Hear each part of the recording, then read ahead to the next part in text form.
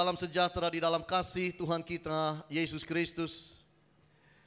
Tadi malam ada blood moon. Saya sudah berpikir memangnya sebenarnya untuk bisa memfoto akan satu fenomena yang sangat luar biasa terjadi di dunia kita ini. Tetapi dalam penantian sekian lama-lama saya kelupaan. Kemarin saya ingat lagi, tapi sudah waktunya saya siapkan firman. Jadi saya ngobrol dengan Ibu Agnes mengenai blood moon ini. Dan Ibu Agnes tanya saya, kapan sih blood moonnya? Nggak tahu nih jam berapa ya kira-kira ya. Besok kali saya bilang begitu. Karena yang menyiarkan orang Amerika kemungkinan besar ya ngikut jamnya Amerika begitu. Lah malamnya Amerika kan hari ini dan pagi ini. Saya bilang Ibu Agnes besok. Lalu saya coba tanya-tanya teman-teman saya, katanya, loh sudah lewat Pak Hani jam 7 kemarin. Para fotografer udah siap semua dengan kameranya, tripod dan lensa panjang-panjang. Saya sedang buka Alkitab, buka komputer dan tidak ingat mengenai semua itu. Saya tanya pada jemaat saya satu orang dan dia berkata bahwa Pak udah lewat Pak.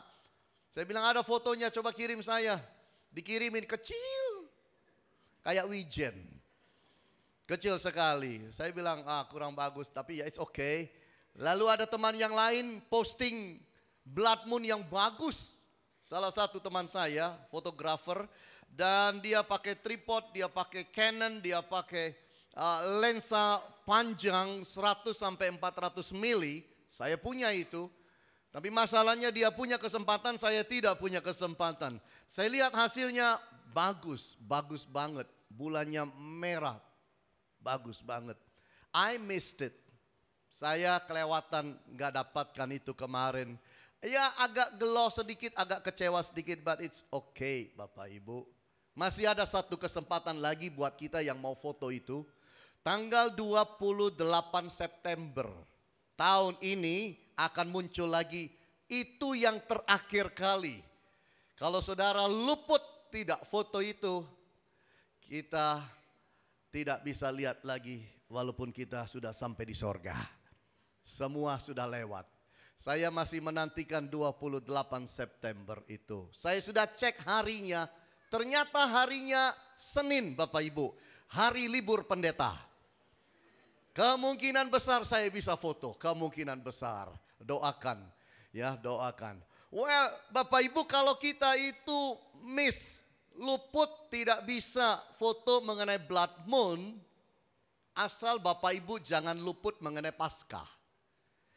Hari ini hari Paskah, kita merayakan secara sederhana Paskah ini dengan sebuah drama penyaliban Yesus. Yang jelas setelah itu hari ketiga Yesus bangkit, yang merupakan hari ini, hari Minggu 2000 tahun yang lalu, Yesus itu bangkit Bapak Ibu. Kalau kita bicara Paskah, anak-anak beda dengan orang tua. Anak-anak kalau tahu Paskah mereka tanya telurnya mana? Mana telur Paskahnya, mana hadiah Paskahnya dan segala sesuatu yang bicara Paskah. Artinya anak-anak itu kalau bicara Paskah, mereka berpikir dan punya paradigma yang berkata begini.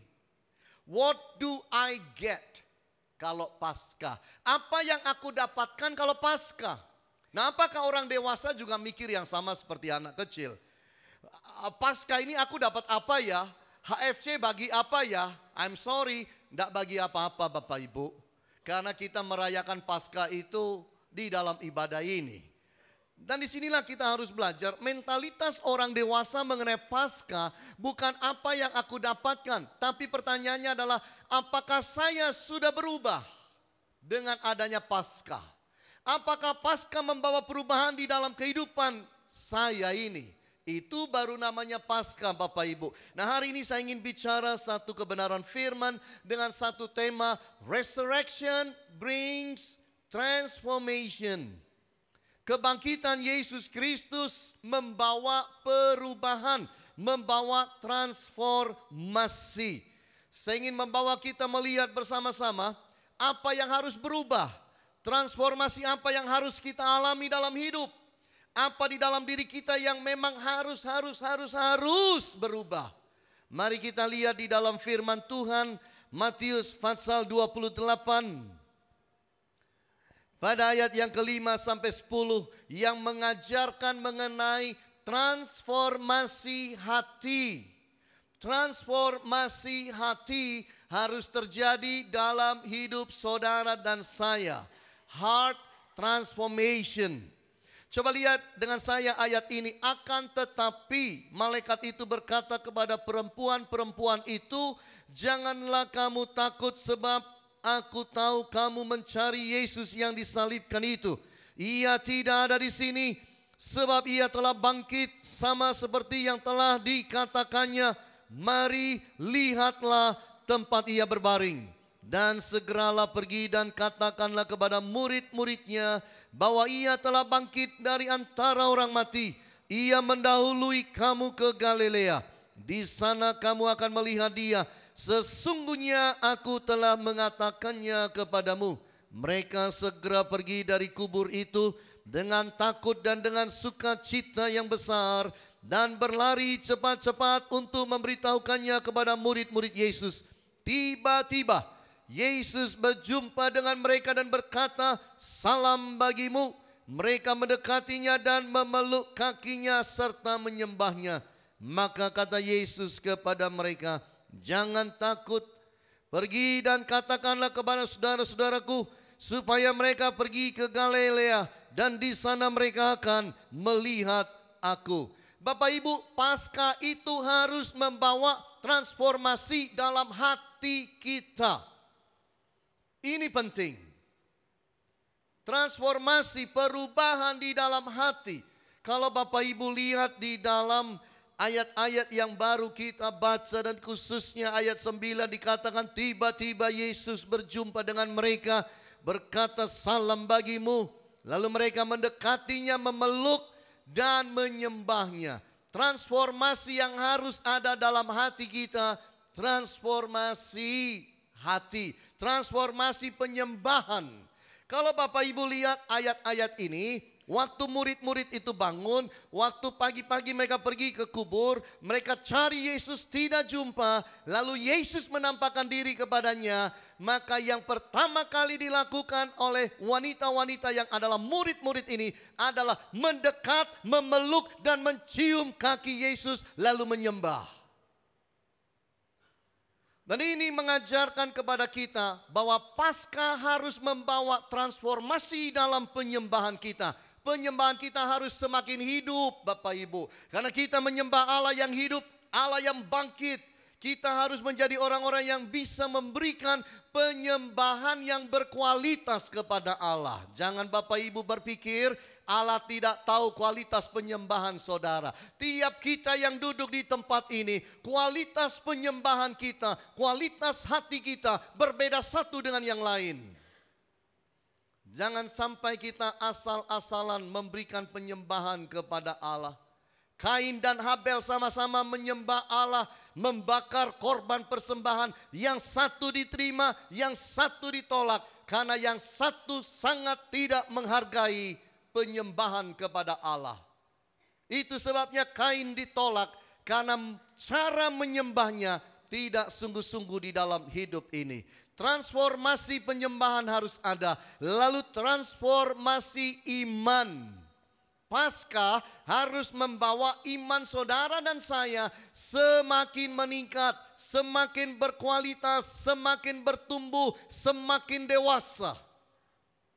Ini yang Tuhan mau dengan adanya Paskah. Paskah bukan sekedar Bapak Ibu drama penyaliban, drama kebangkitan. Paskah bukan sekedar telur Paskah Bapak Ibu. Paskah bicara transformasi iman. Iman kita semakin kokoh, percaya kita semakin tebal, hidup tidak gampang digoncangkan oleh masalah. Transformasi iman. Lalu ada transformasi fokus Bapak Ibu. Fokus kita harus berubah. Paskah harus membawa fokus kita semakin berubah. Kristus menjadi fokus utama di dalam hidup. Yesus Kristus menjadi the dominant thought, di dalam hidup saudara dan saya. Dia yang terutama dan yang paling utama. Bangun pagi, apa yang pertama keluar dalam pikiran saudara, itulah Allah saudara. Kalau saudara bangun pagi, yang muncul duit, berarti duit jadi Allah saudara. Kalau bangun pagi, mainan jadi pikiran utama saudara, game menjadi pikiran utama saudara, itu menjadi Tuhan saudara. Oleh sebab itu kuasai pikiran saudara. Kerohanian itu penting. Dasar hidup yang baik membawa pikiran kita, hati kita fokus kepada Allah. Kita sama-sama duduk di sini. Tapi Allah tahu siapa yang fokus pada firman, siapa yang sedang mikir abis ini makan apa. Allah tahu. Oleh sebab itu dalam hidup ini belajar fokus kepada Dia. Ada transformasi lagi disebut transformasi ibadah. Paskah harus membawa kita semakin setia kepada Allah. Paskah harus membawa saudara semakin dalam hidup ini setia beribadah. Karena itulah inti Paskah. Kita mendekat, kita memeluk kaki Yesus, kita beribadah dan menyembah Dia. Bapak Ibu yang Tuhan Yesus kasihi, ada sebuah survei yang dilakukan oleh University of Missouri. Universitas ini kumpulkan 208 mahasiswa dan kemudian dibuatlah sebuah penyelidikan dan survei kepada mereka. Dari 208 diambillah 41 yang sangat kompeten. Lalu mereka 41 orang ini dikasih mainan puzzle. Gambar mungkin pohon-pohonan, rumah atau pemandangan. Lalu ada potongan puzzle kecil-kecil harus disusun jadi gambar rumah, jadi gambar pohon atau jadi gambar landscape, pemandangan yang indah. Dan ketika mereka itu akan melakukan ini, dipasang kabel-kabel semua. Setiap orang ada kabel-kabel yang pasang mereka dan dimonitor lewat alat dan komputer. Untuk mencari tahu level kegelisahan mereka, untuk mencari tahu detak jantung mereka, untuk mencari tahu tekanan darah mereka pada waktu melakukan puzzle tersebut. Ketika dilakukan puzzle tersebut, semuanya oke-oke saja. Tekanan jantung baik, tekanan darah baik, tingkat kegelisahan dan keresahan sangat rendah. Lalu kemudian dibuatlah dari 41 orang ini adalah yang keduanya. Satu testing yang kedua. Yang kedua itu dikatakan kepada mereka bahwa untuk membuat puzzle yang kedua ini maka mereka harus mengumpulkan semua handphone yang ada pada mereka. Baik di tas mereka yang perempuan, baik di kantong mereka bagi yang laki-laki. Itu dikumpulin semua oleh profesornya, disimpan agak jauh di sana. Lalu mereka disuruh untuk melakukan puzzle itu. Puzzle itu dibuat Bapak Ibu, tetapi ada tetapinya, hasilnya berbeda. Ketika handphone itu disimpan jauh dari mereka oleh profesor, tingkat kegelisahan meningkat. Detak jantung berubah semakin cepat. Tekanan darah naik. Karena HP-nya ada di tangan orang dan disimpan jauh dari mereka, really out of reach. Inilah budaya kita, budaya yang sangat berbeda. Kita tidak lagi bisa hidup tanpa wifi, kita tidak bisa hidup tanpa gadget, kita tidak bisa lepas dari semua itu. Buktinya ada nggak Pak? Ada. Kalau ada jemaat ketinggalan Alkitab di Happy Family Center, tidak pernah ada yang kembali dan tanya. Tapi kalau HP ketinggalan, BlackBerry ketinggalan, gadget ketinggalan, biar sudah sampai Sidoarjo, sampai Trawas, kembali pada hari itu juga. Manusia tidak bisa hidup tanpa gadget. Semuanya naik, tekanan darah naik. Coba kalau saudara naik mobil, pergi ke kantor, baru 2 kilo, lalu, loh kok lupa ya HP-nya? Pasti bilang apa? balik yuk. Kenapa? Karena kita merasa terputus dari dunia ini. Seolah-olah hidup di padang belantara tanpa HP. Jangan-jangan sambil dengar khotbah nggak bisa lepas dari HP dan BlackBerry. Coba lirik kiri kanan saudara. Siapa yang pegang gadgetnya itu?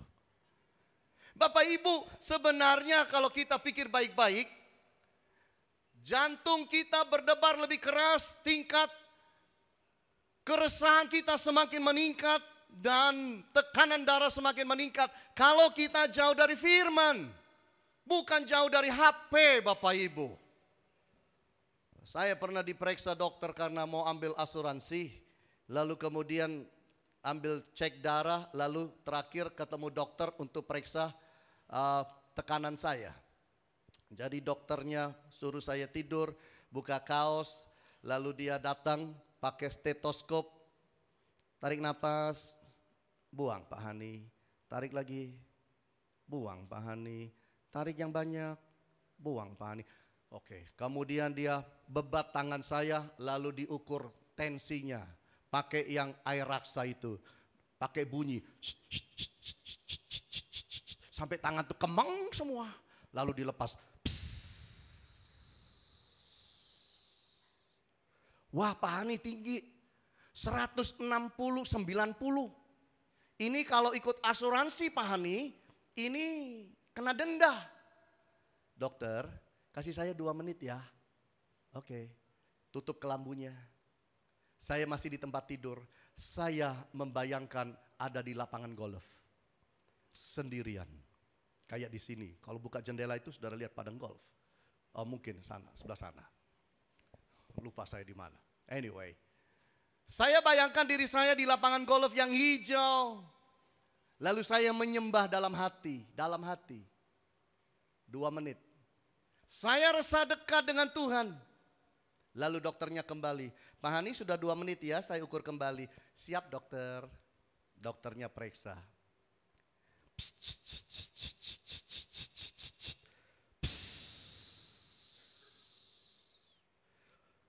Masih tinggi Pak Hani, 140/90.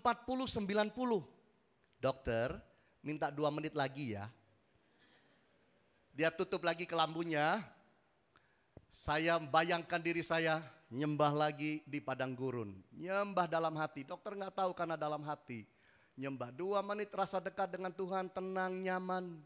Dokternya bilang, Pak Hani ini yang terakhir ya.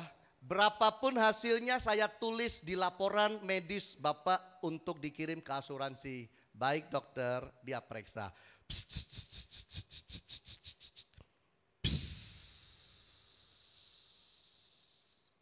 Loh, Pak Hani kok begini? Kok ajaib? Kenapa dok? 120/80, normal sekali Pak Hani. Kok bisa Pak Hani? Kok bisa? Saya bilang, mujizat ada deh.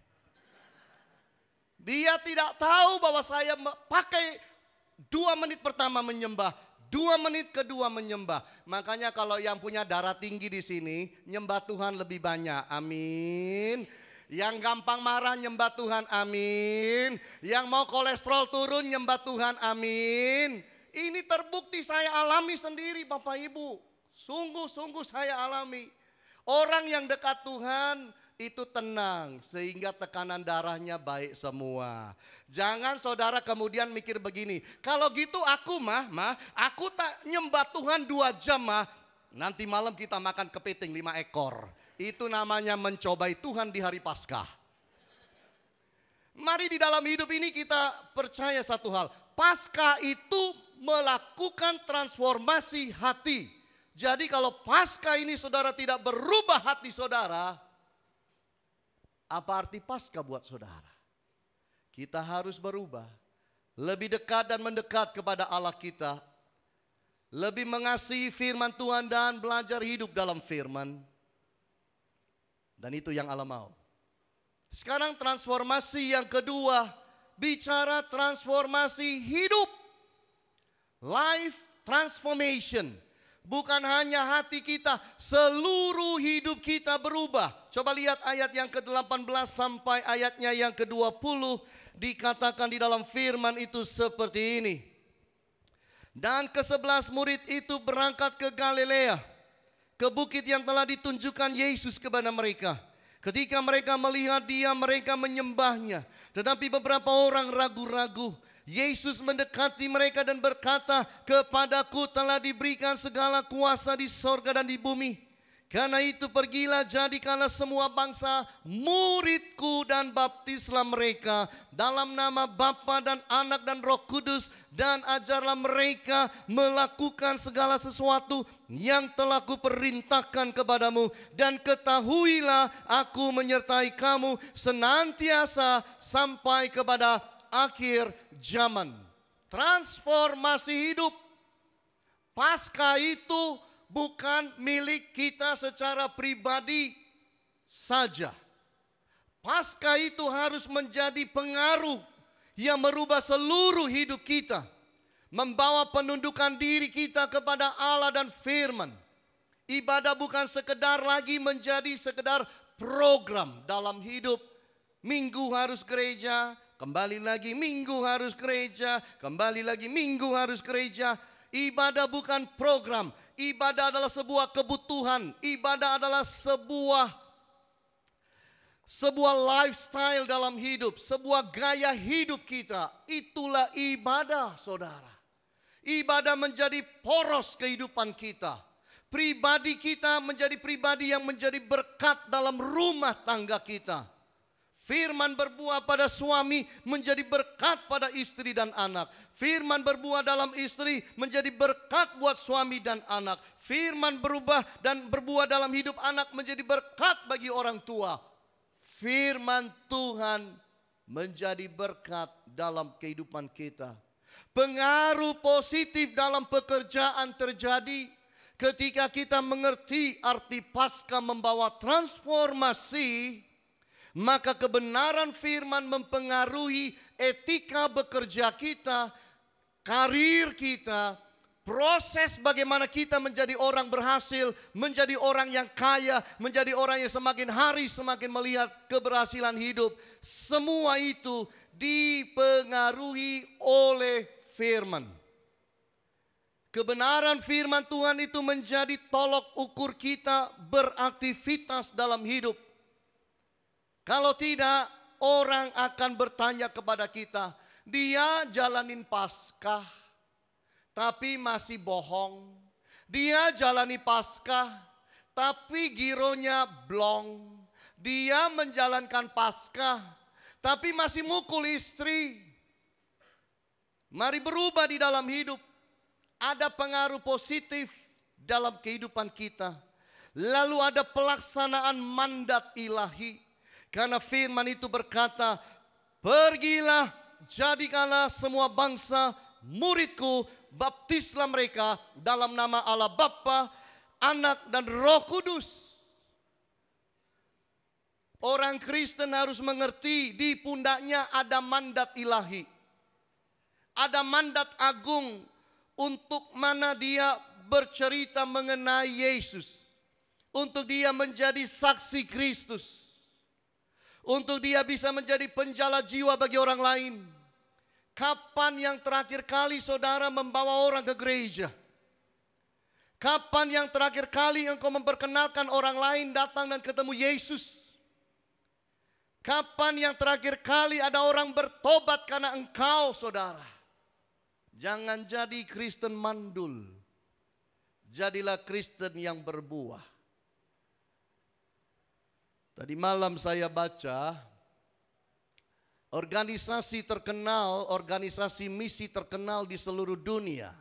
Saya tidak mau sebut namanya. Organisasi ini biasanya menciptakan Alkitab di tempat-tempat di mana mereka masuk. Supaya orang lokal bisa baca Alkitab tidak dalam bahasa asli atau bahasa Inggris. Lalu kemudian Bapak Ibu, ternyata waktu mereka ini sedang berhadapan dengan dunia luar yang ekstrim. Mereka mempelajari bahwa ada orang-orang yang tidak bisa terima kekristenan karena Kristen itu mengajarkan Allah itu Bapa. Lalu Bapa punya anak.